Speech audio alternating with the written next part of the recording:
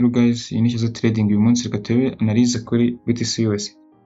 BTC USD analyse yayo iri simple nubwo nyine iguyemo kubona, ariko n'ubundi ahangaha iyi zone ntabwo yari yayikora kandi igomba kuzayikora. Icyo twakwitega cyonyine ni uko yapushinga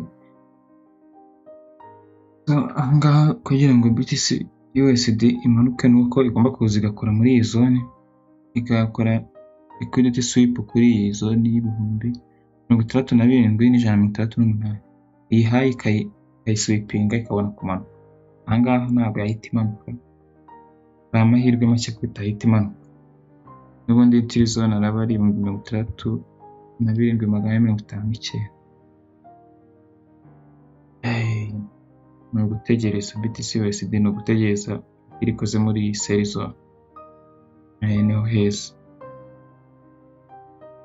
nuko BTC ihagaze.